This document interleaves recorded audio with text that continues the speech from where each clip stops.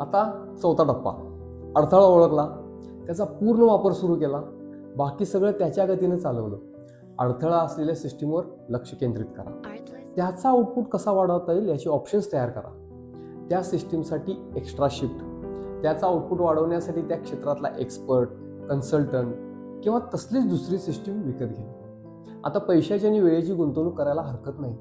त्याचे कारण आपण शोधून काढले. ते नक्की वाया जाणार नाही, त्यामुळे प्रोडक्शन नक्की वाढणार.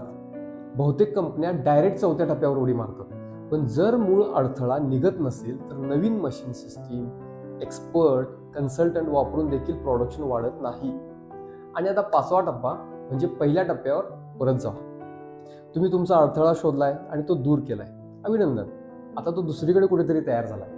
प्रत्येक प्रणालीमध्ये नेहमी अडथळा हा असतोच.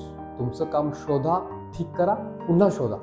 हा एक वेळचा प्रोजेक्ट नाही आहे, ही सतत सिस्टीम सुधारण्याची विचार पद्धती आहे.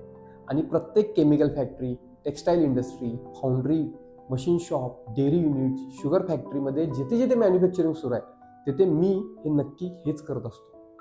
ही थेअरी वापरून नवीन मशिनरी न वाढवता लाखो मॅन्युफॅक्चरिंगवाल्यांनी आपापली उत्पादन क्षमता आरामात वाढवली आहे.